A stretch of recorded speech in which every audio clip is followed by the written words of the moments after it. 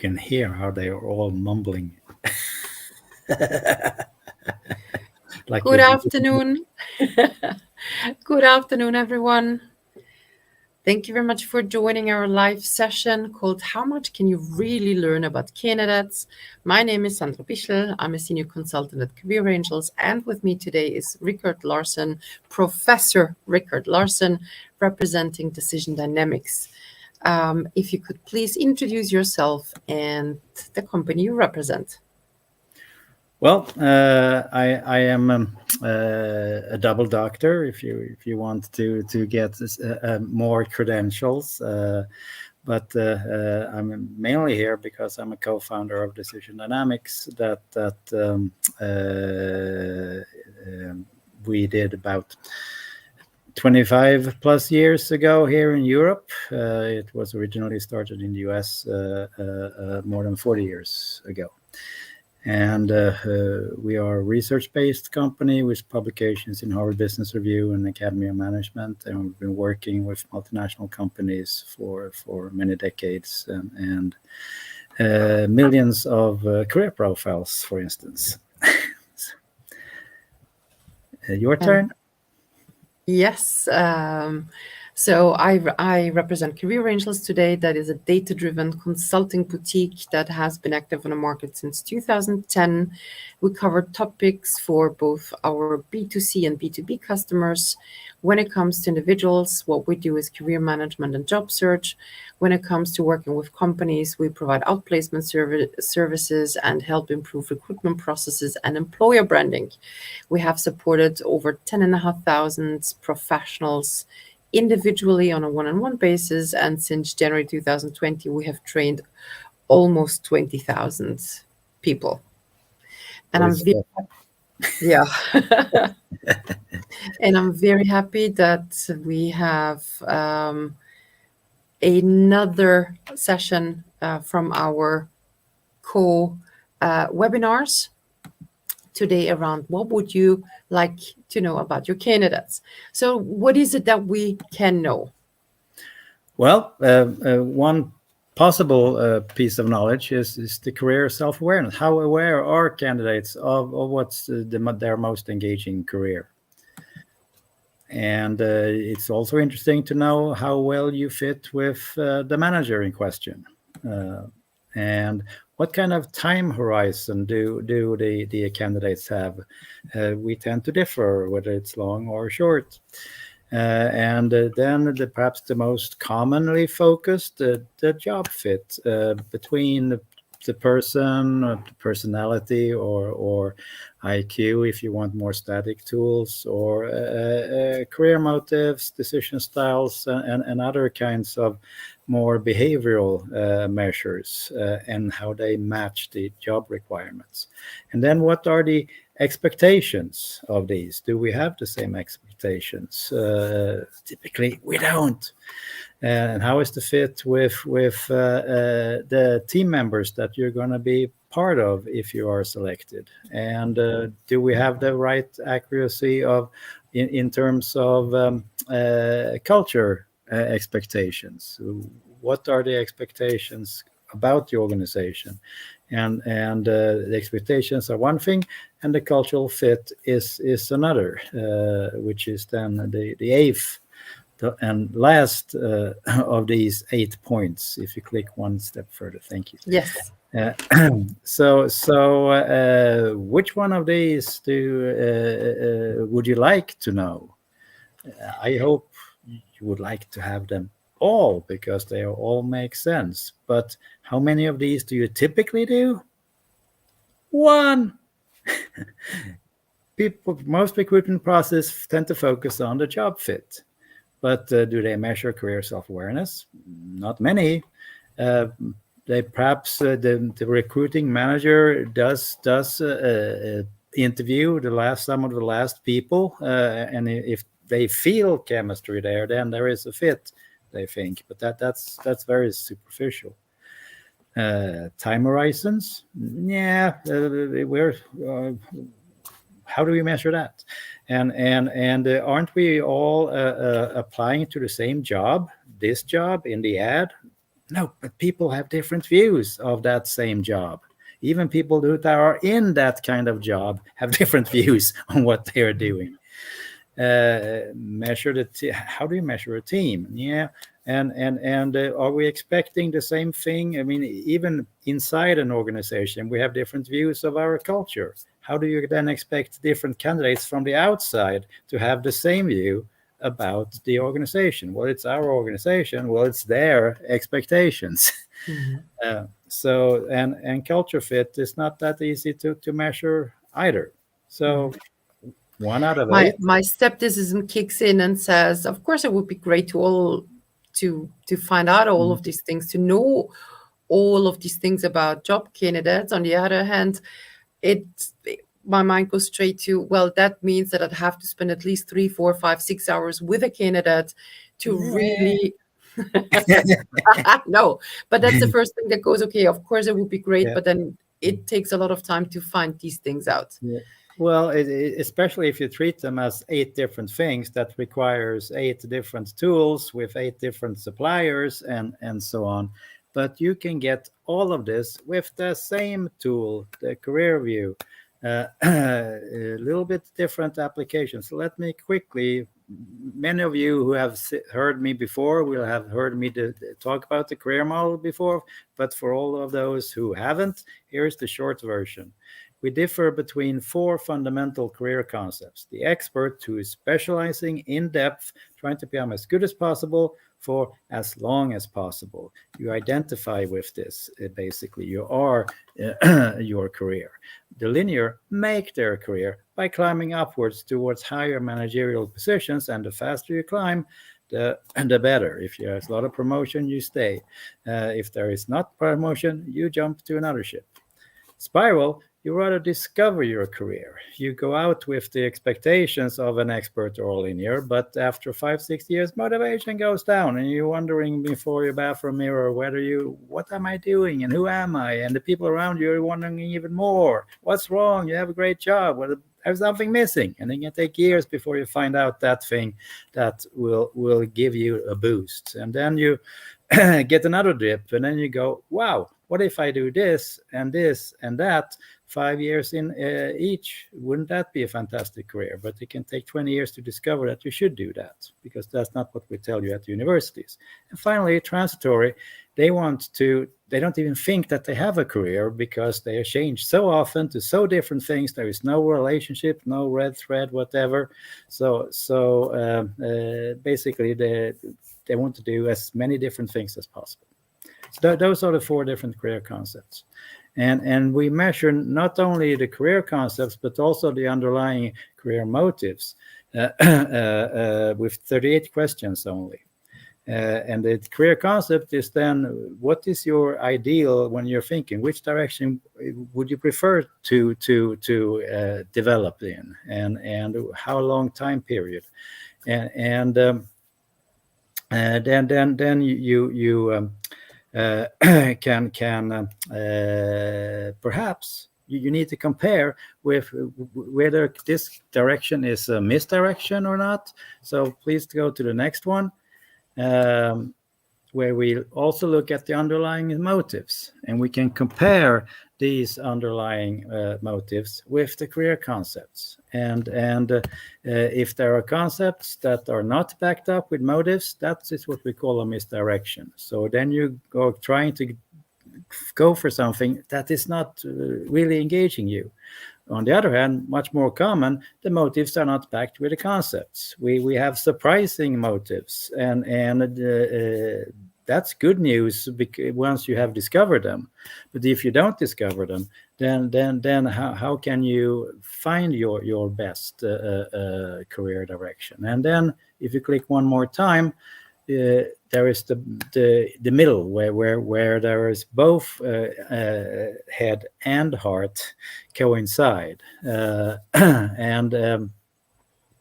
that will be something that requires self-awareness, so or will create self-awareness. So if you hire someone with misdirection or unrecognized motivation potential, you're not getting as good as you get someone with high career self-awareness. That's that. And what do the 40% mean? In this case, it's just an example that we have. In Sweden, we have 55% who has a spiral as their highest ideal, the blue bars, but we only have 40% that have the highest red bars, and then actually it will be less than 40% in the middle. So in other words, yeah. In other words, 40% or less of Yeah. professionals pursue a career that is both engaging to them, where there is an alignment between the heart and the mind. Exactly. You expressed it better. It's 60% of us are partially outside. We're striving for a career that is not our most engaging, which has some misdirection to it and much more unrecognized motivation potential. What I hear is that are outside and 40% are inside. Don't you know? Wouldn't you like to know whether it's the 40% that are searching in the right direction versus the 60% that are more or less searching in the wrong direction? What I'm hearing is a lot of wasted potential. Yeah. But who measures job candidates' career self-awareness? Almost none. I mean, the career tool is mostly used for career development rather than selection. Exactly. But that's it can be used for both. We have our first question from our audience. Do career motives correlate possibly with personality type? Yes, it does to some extent. One of the most common product combinations that we have is MBTI and career model, or JTI and career model. Those are these Jungian type preferences, and we have some correlation there where the expert and linear, the more traditional ones, goes more with S and J preferences, means sensing and judgment. And spiral transitory goes more with the N and P. That means intuitive and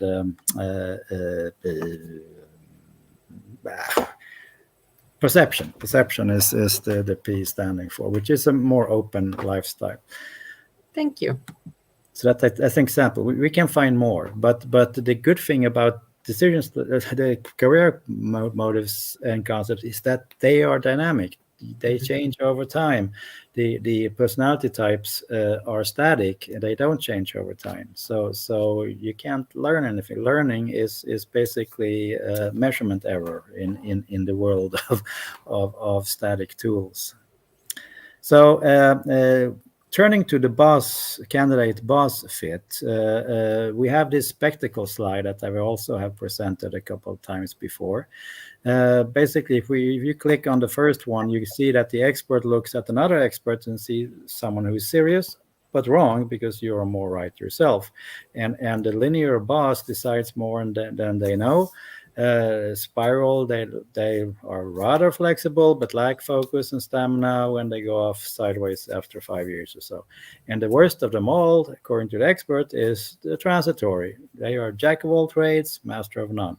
Switch spectacles and you got linear looking at an expert, seeing a management problem. What do you do with them? They are good, but they don't ask difficult questions. They don't like change. They even say no to promotions. So what can we do about them?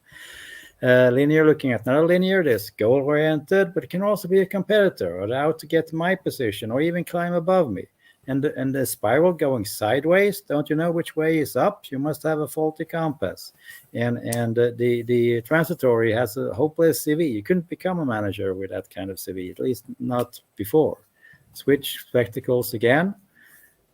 Spiral looking at an expert sees someone who's overly specialized, and the linear is sacrificing their personal development for their career. And is that really worth it?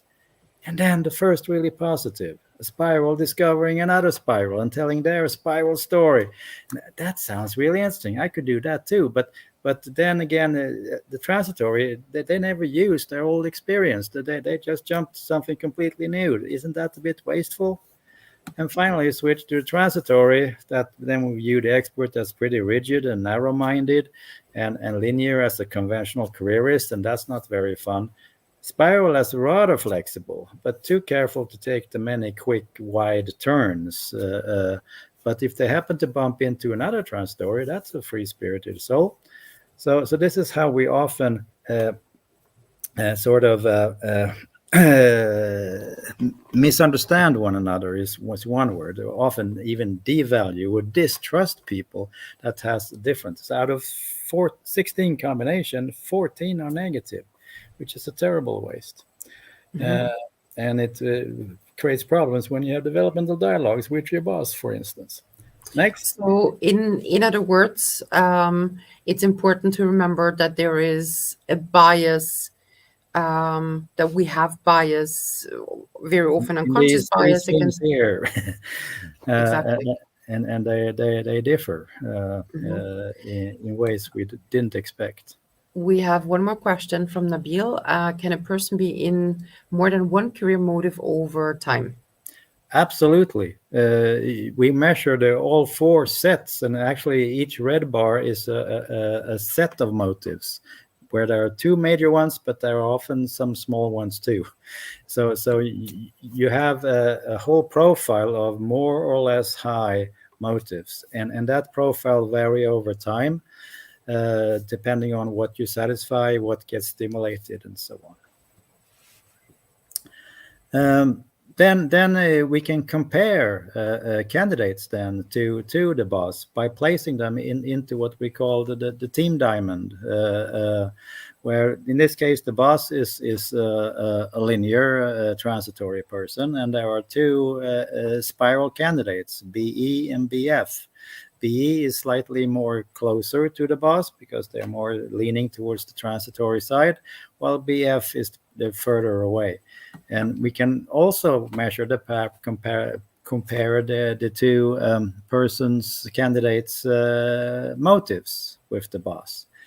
And in this case, BE is even closer, and BF is perhaps a little bit even further away. So proximity in these team profiles means that you tend to understand one another, and you feel chemistry.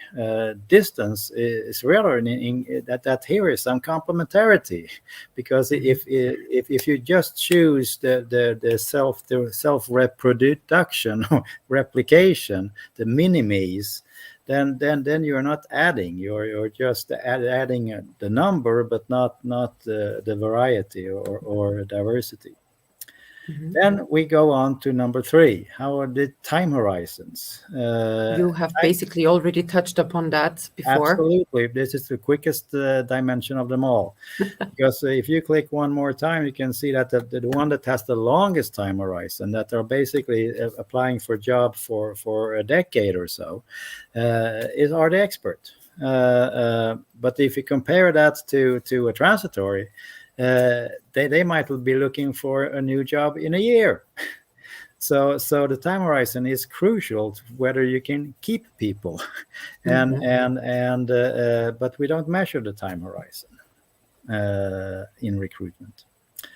What we do measure in recruitment is the candidate job fit, and you do that with various tools, but you can also do it with a career tool. We can map the job in terms of how important different competences are, and then we can see to what extent do the candidates' preferences match these competences. And here we can expect that they will not always have the same match. It will depend on how their motives develop, how they learn on the job, and so on. But that's why people tend to be more or less engaged in their jobs over time. It varies.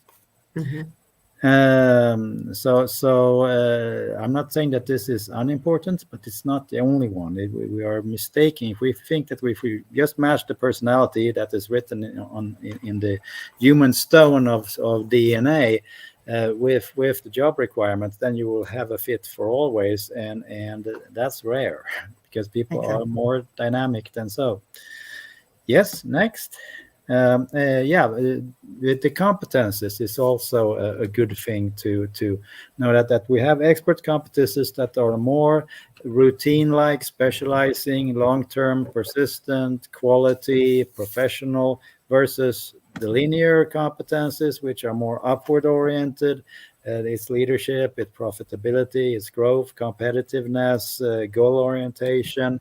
And spiral is much more broader. Here we're talking about developing oneself, developing others, developing teams, renewing more creative, innovative stuff, and crossing boundaries in cross-functional teams and projects and stuff. And finally, we have the transitory, which are the most change, fast-oriented, networking, being mobile, managing oneself, learning quickly, speeding things up, trying new things. So these are four different sets of competences, and we can sort them in terms of how important they are for the job. Click on the next slide. We have a question. Oh, we have a question. I didn't see that. Yes, Piotr asks, so would it mean that first two would be more attractive for employers as they're more long term? Well, they are expecting more long term, and it works for expert. It only works for linear to the extent that they actually get promoted. As Pretty long as they often. get promoted, they'll stay. Yeah, exactly. But remember that if the organization is changing, then even the expert might not be staying because the change might be simply too much of a change. Exactly.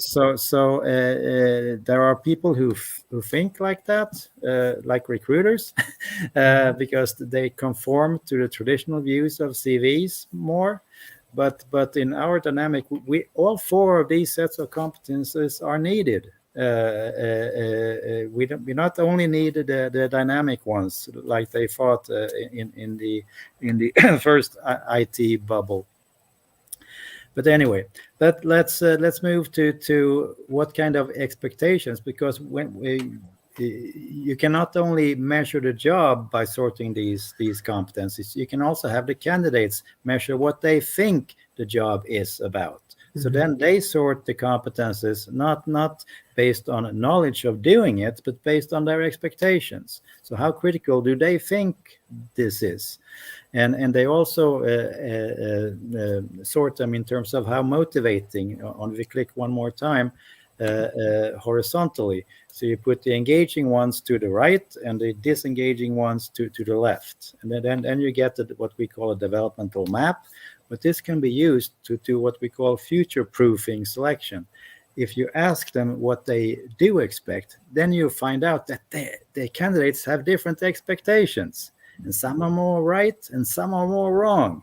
But if you don't measure their expectations, you are risking that you're going to recruit someone who is looking for another job than is what they actually are getting. And that's why many people quit so quickly after they're finding out that they didn't fit my expectations.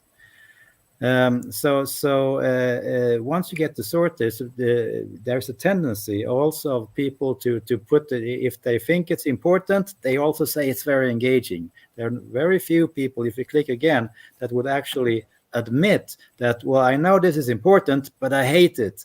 That's nothing you tell in an interview. But if you sort it like this, you can see whether people are aligning their answers so they look good, or if they're honest, because there will always be things that you don't like about your job. And isn't it good to know that in advance rather than finding it out later or trying to hide it or things like that?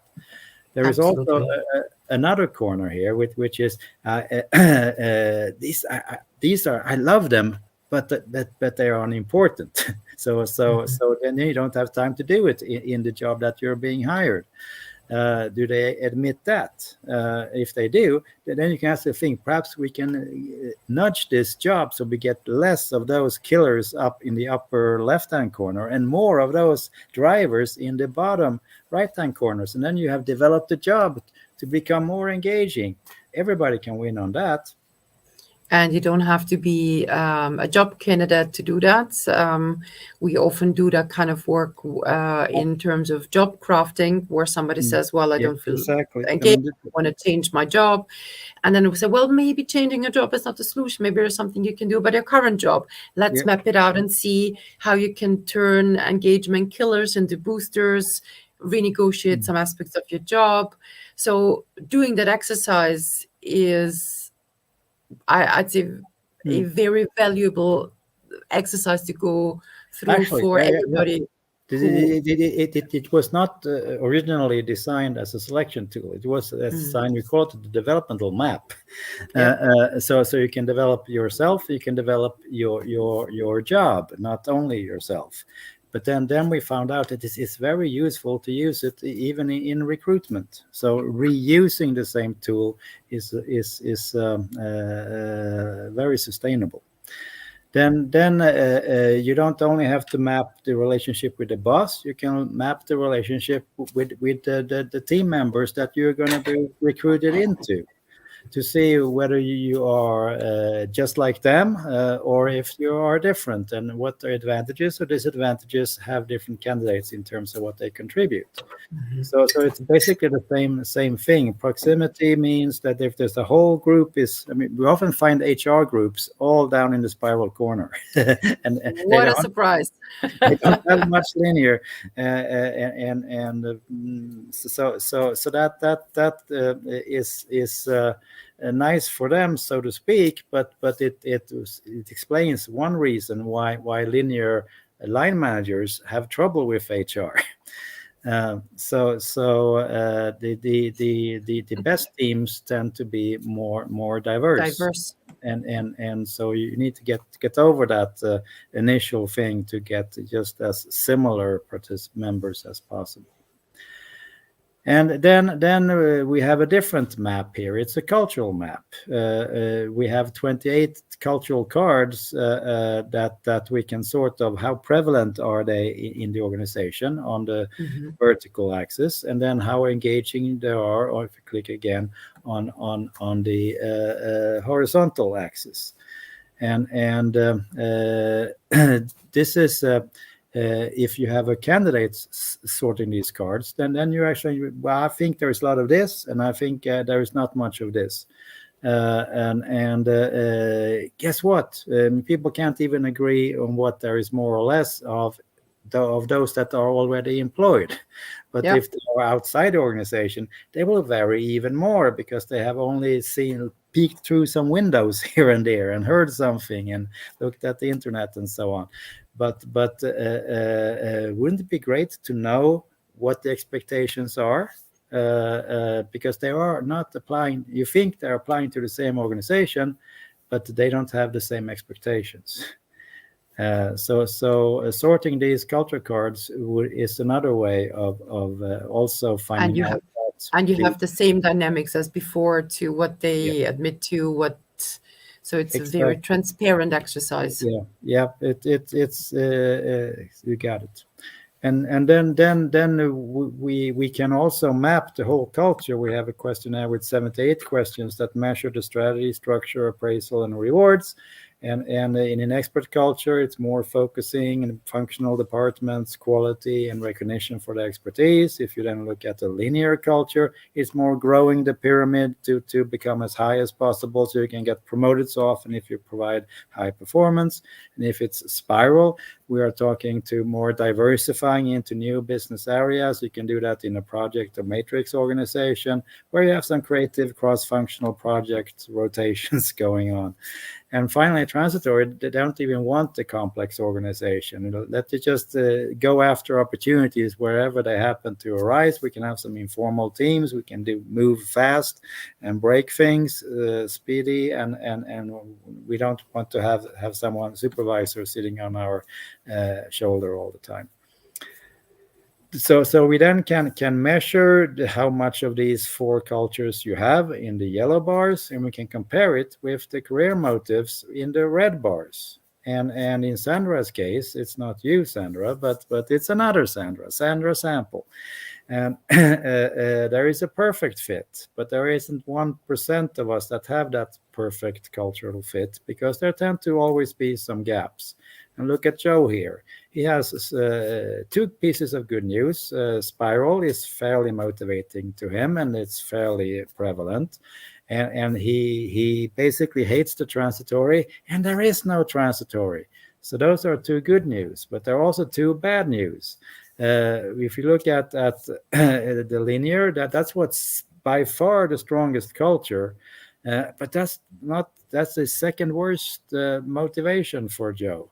On the other hand, what he is mostly motivated by expert is The culture doesn't offer it.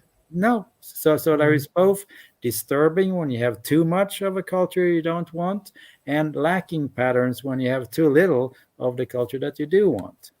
Uh, so that's and you can then say that if you only measure job fit, then you are pretty limited. If you measure both, you can say if both are low, no.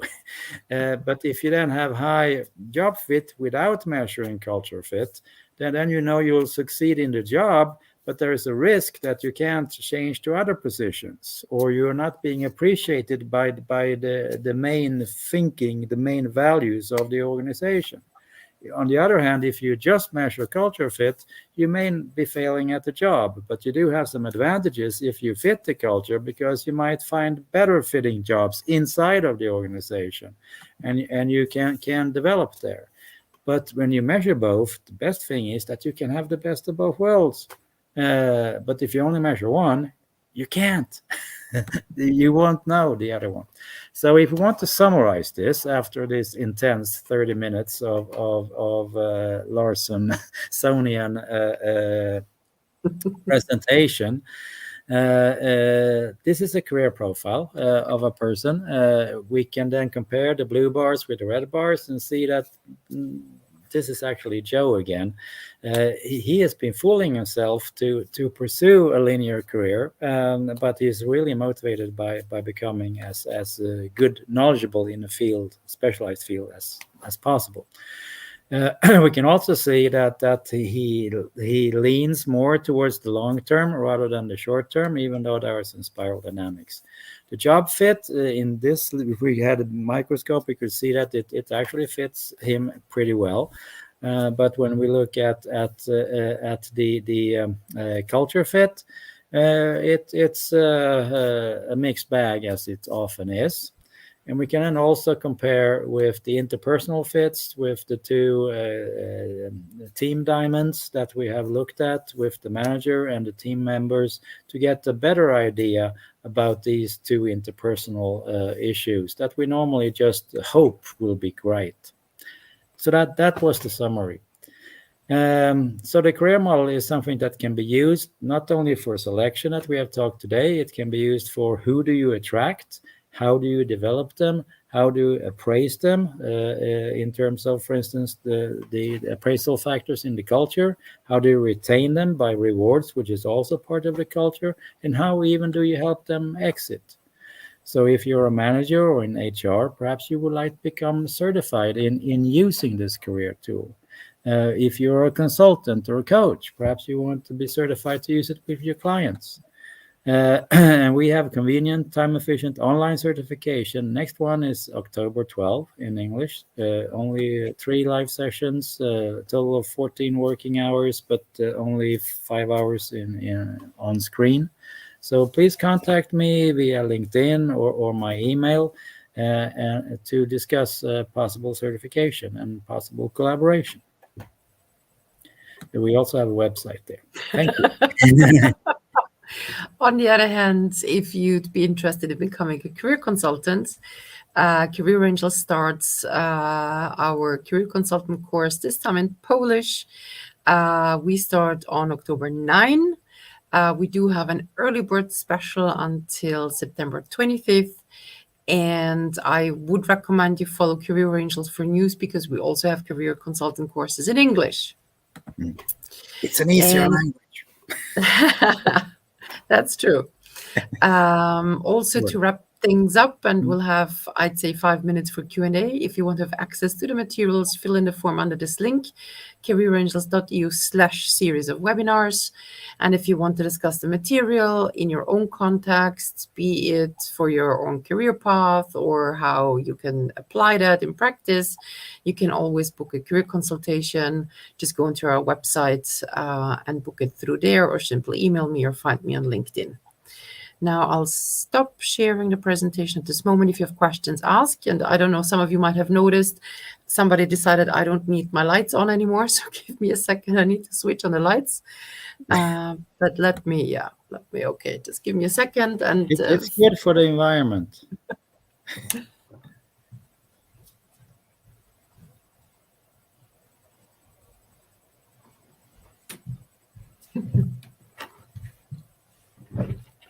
Okay, that was quite funny. So, any questions? We'll have 4 more minutes. We promised to stay within time, and we did. Thank you very much, Rikard, for doing that. It was a race.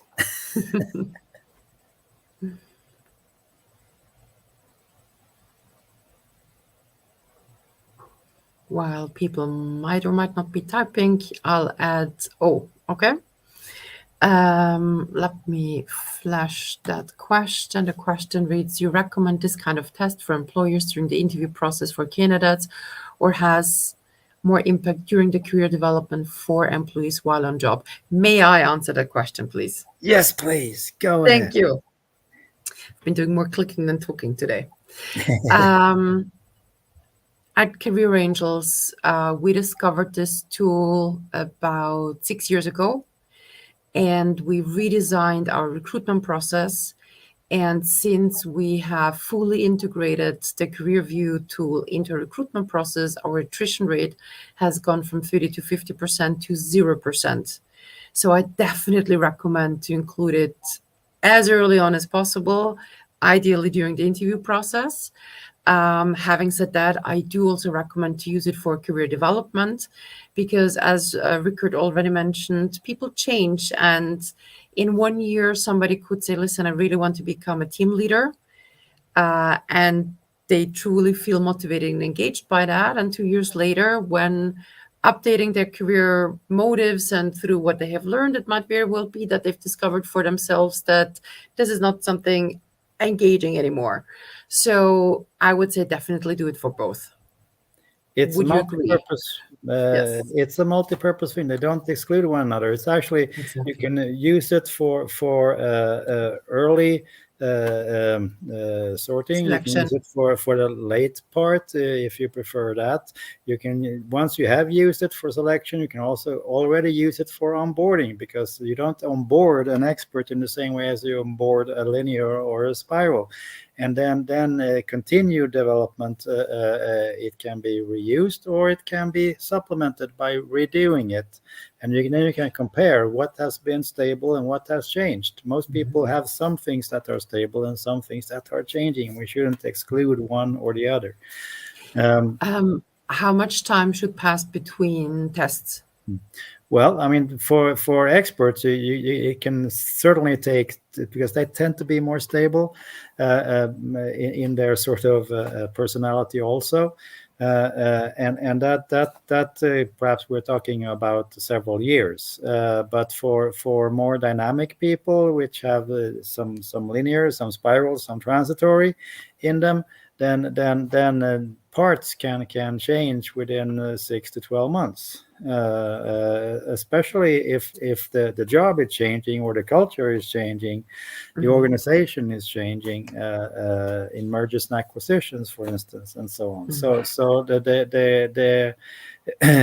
I more often than 6 months, I think it's too much even for transitories. But so on average, 1 to 2 years, I think is a good thing. 2 years for experts and 1 year for spirals, something like that.